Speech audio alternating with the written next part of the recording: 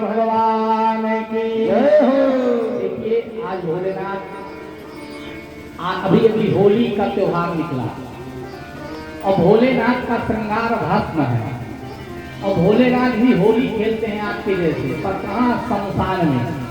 होली खेले मसाने में, मसान उनको बहुत प्रिय है। तो एक बार शंकर जी के चरणों पे जयकारा लगा, ऐसा जयकारा लगाइए कि धरैला की आवाज बाहर निकल जाए। बोल शंकर भगवान की। आइए हम सब लोग मसाने की होली का दर्शन करते हैं सावधानी पूर्वक, जिससे नीचे जो है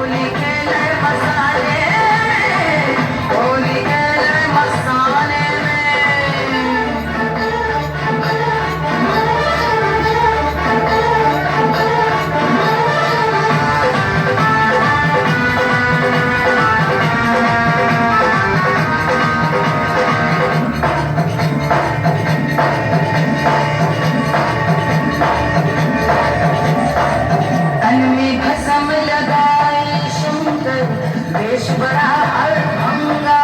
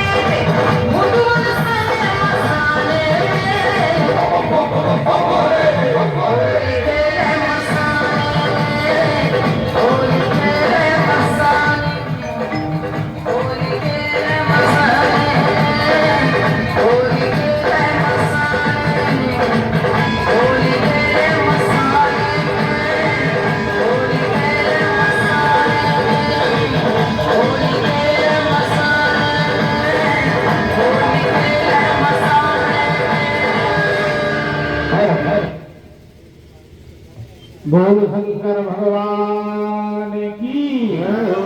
देखिए कितना सुंदर आप लोगों ने दर्शन किया। और जयकारे में बिल्कुल ऐसे बोल रहे हैं जैसे महीनों से भोजन करते हैं।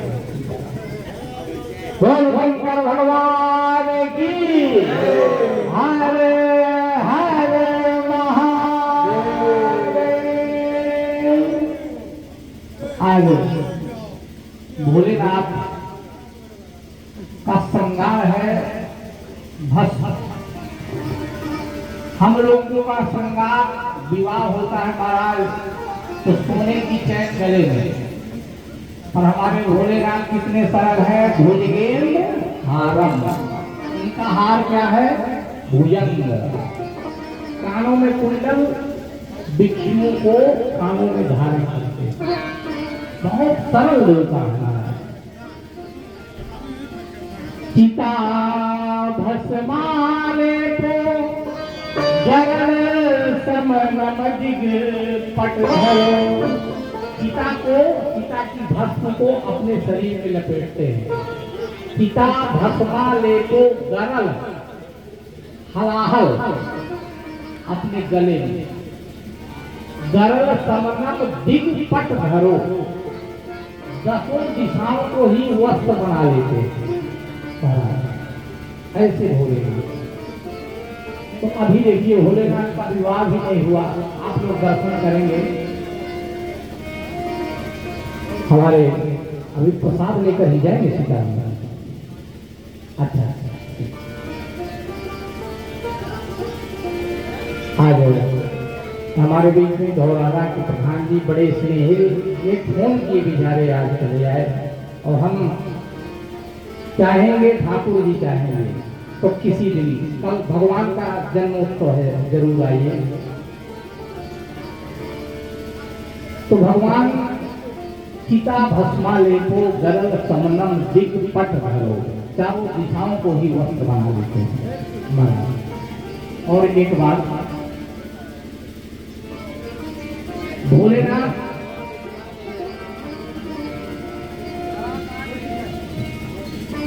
देखिए बारात आ गई है, अब भोलेनाथ की भी बारात आने वाली है। भोलेनाथ की भी बारात अजब और गजब है। बाराती लोग जो है वो दर्शन करते हैं। महाराज सुखदेव जी ने परीक्षित ने प्रश्न किया कि भोलेनाथ का चरित्र श्रवण कर, तो हमने कहा भोलेनाथ ऐसे देवता हैं कि जो तुरंत प्रसन्न हो जाए। महाराज कैसे? बोले सती जी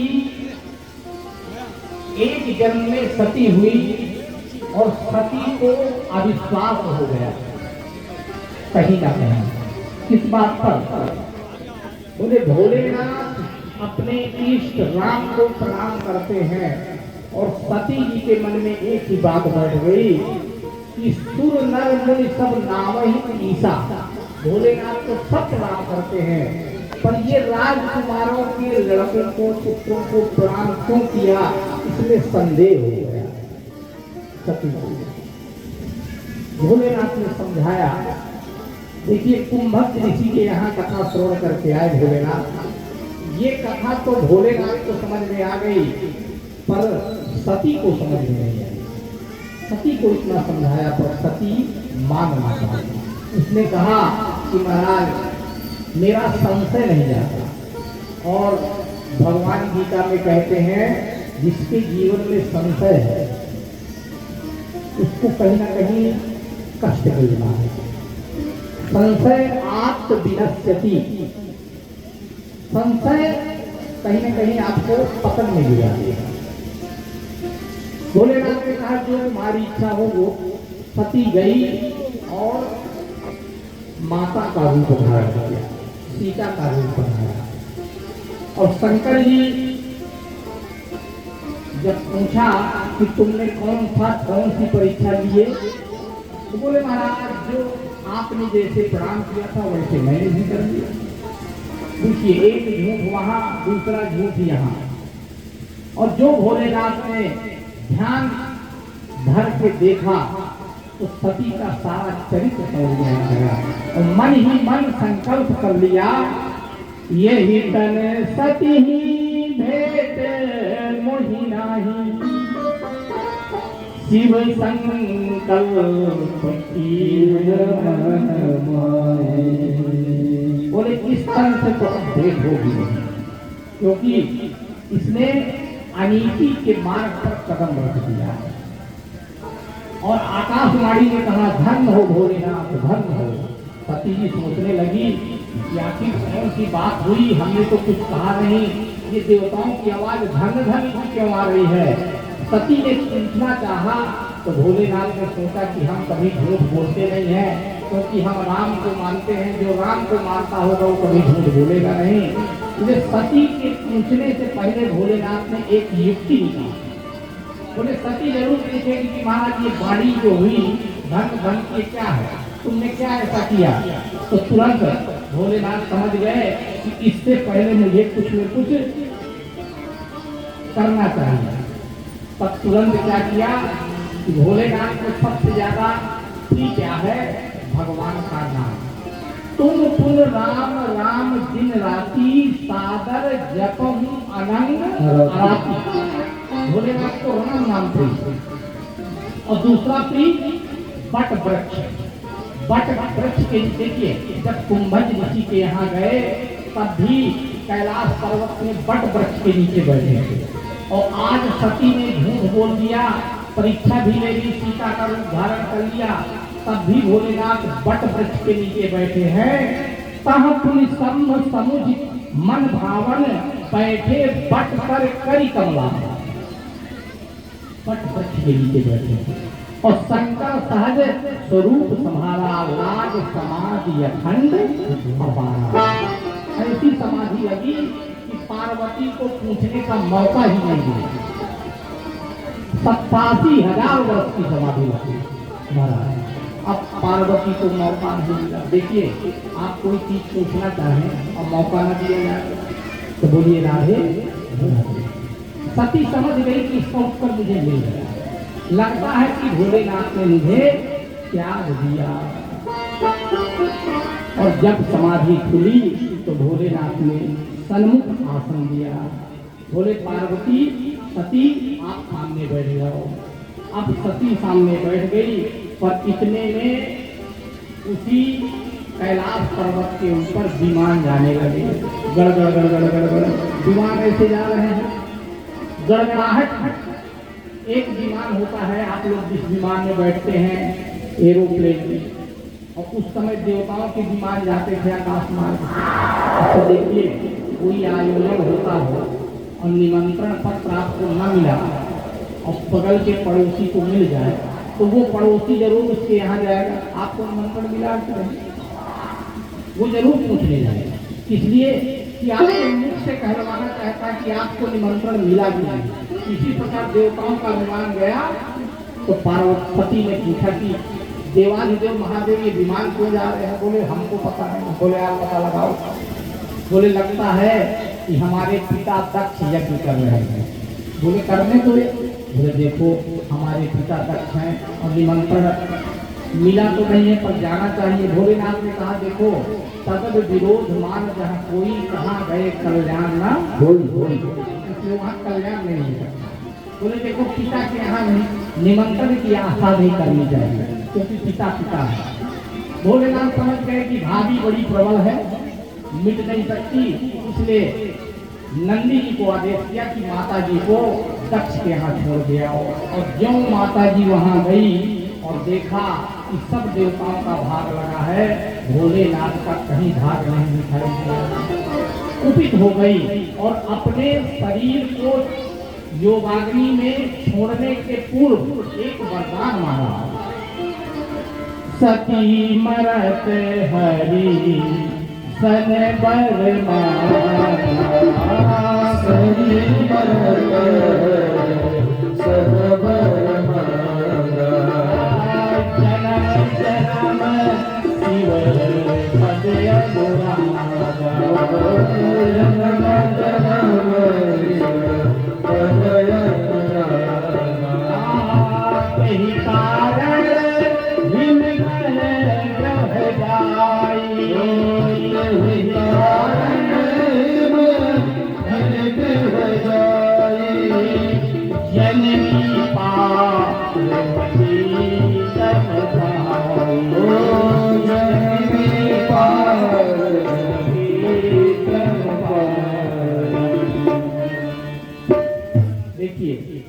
जब शरीर छोड़ा तो हरि थे, वही राम थे, जिस राम के लिए इसने सीता का रूप बनाया।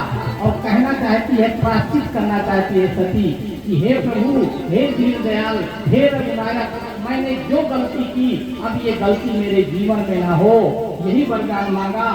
जन्म जन्म रत शिव अनुराग, यही वरदान मांगा कि शिव जी के चरणों में प्रेम हो।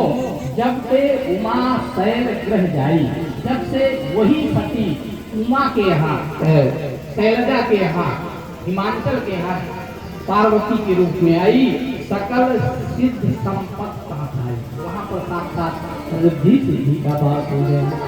बोल पार्वती मैया की। अब देखिए, यहाँ समझिए, अब थोड़ी देर में विवाह होगा। कथा अब सार की ओर है। कल ठीक समय से उपस्थित होकर कल भगवान का जन्मोत्सव है, बड़े भाव से मनाएंगे। भोलेनाथ के जीवन में प्रतिकूल परिस्थिति का आया, जब सती ने अपने शरीर को त्याग दिया, तो भोलेनाथ के जीवन में प्रतिकूल परीक्षा आई। और अब अनुकूल परीक्षा कब आई? बोले वही सती पार्वती के रूप में शंकर जी ने कहा, ओ नारद जी ने कहा मैना से कि देखो मैना, ये जो तुम्हारी लाडली है ये केवल शंकर जी के लिए है, इसलिए शंकर जी से ही ये विवाह करेगा। बोले इनके पति कैसे होंगे? तो आज नारद जी कह रहे हैं कि देखो इनके पति जो होंगे वो योगी होंगे, जटिल होंगे, अकाम होंगे, अमंगल वेश होगा। योगी जटिल अकाम मन मगन अमंगल वेश, अस स्वामी यही कह नहीं, इनके हाथ में ऐसी रेखा पड़ी है, ये भोलेनाथ को ही प्राप्त करेंगे। अब भोलेनाथ के जीवन में अनुकूल परिस्थिति आई, अभी सती समाप्त हुई तो प्रतिकूल और संदेशा मिला कि वही पार्वती तपस्या कर रही है भोलेनाथ के लिए। भगवान राम ने संदेशा दिया तो भोलेनाथ के जीवन में अनुकूलता है।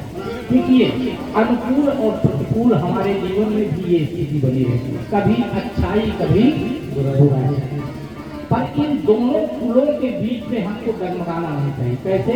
जैसे नदी के दो किनारे, एक अनुकूल एक किनारा प्रतिकूल, पर नदी का नाम है बहना, रुकना नहीं, वो बहती है। इसी प्रकार जीवन रूपी नदी में अनुकूल और प्रतिकूल परिस्थिति आए तो कभी रुकना नहीं चाहिए, बहते रहना चाहिए। बड़ा सुंदर भजन है। इसके बाद पार्वती का विवाह होगा। जैसे रखे राम जी रहना चाहिए, जैसे रखे राम जी रहना चाहिए, जैसे रखे राम जी रहना चाहिए, जैसे रखे राम जी रहना चाहिए। और मान अपमान सदा सहना चाहिए, मान अपमान सदा सहना चाहिए, जैसे रखे राम जी रहना चाहिए, जैसे रखे राम जी रहना चाहिए। अनुकूल प्रतिकूल दोनों ही कुलों के मध्य, अनुकूल प्रतिकूल दोनों ही कुलों के मध्य, अनुकूल प्रतिकूल दोनों ही कुलों के मध्य, अनुकूल प्रतिकूल दोनों ही कुलों के मध्य, सरिता समान सदा बहनी चाहिए, सरिता समान सदा बहना चाहिए, जैसे रखे राम जी रहना चाहिए, जैसे रखे राम जी रहना चाहिए। देखिए, ये भक्त कहने लगा महाराज रहना ही पड़ेगा, और क्या कर सकते हैं। बोलिए राधे रहना ही पड़ेगा। रहो सदा संग से भरोसे भगवान के, रहो सदा संग से भरोसे भगवान के, रहो सदा संग से भरोसे भगवान के, रहो सदा संग से भरोसे भगवान के। काले की भी ये काल के भी ना डरना चाहिए, डरना चाहिए, जैसे रखे राम जी रहना चाहिए, जैसे राम जी रहना चाहिए। रंग हो या पवन हो, देश हो परदेश हो, रंग हो या पवन हो, देश हो परदेश हो, रंग हो या पवन हो, देश हो परदेश हो, रंग हो या पवन हो, देश हो परदेश हो। देश में हो या परदेश में क्या करना चाहिए? सरिता ही चित्त में उभरना चाहिए, चित्त में उभरना चाहिए, जैसे राम जी रहना चाहिए, जैसे राम जी रहना चाहिए, रहना चाहिए, रहना चाहिए। पति का वियोग हुआ भोलेनाथ से, तो भोलेनाथ का काम क्या था? प्रतिकूल स्थिति आई, जपहि सदा रघुनायक नामा। जब सती का वियोग हुआ तभी भगवान का नाम जपते हैं। अब संदेशा मिल गया पार्वती से विवाह का, तो क्या करते हैं? मन कर धीर कर समुख जाना,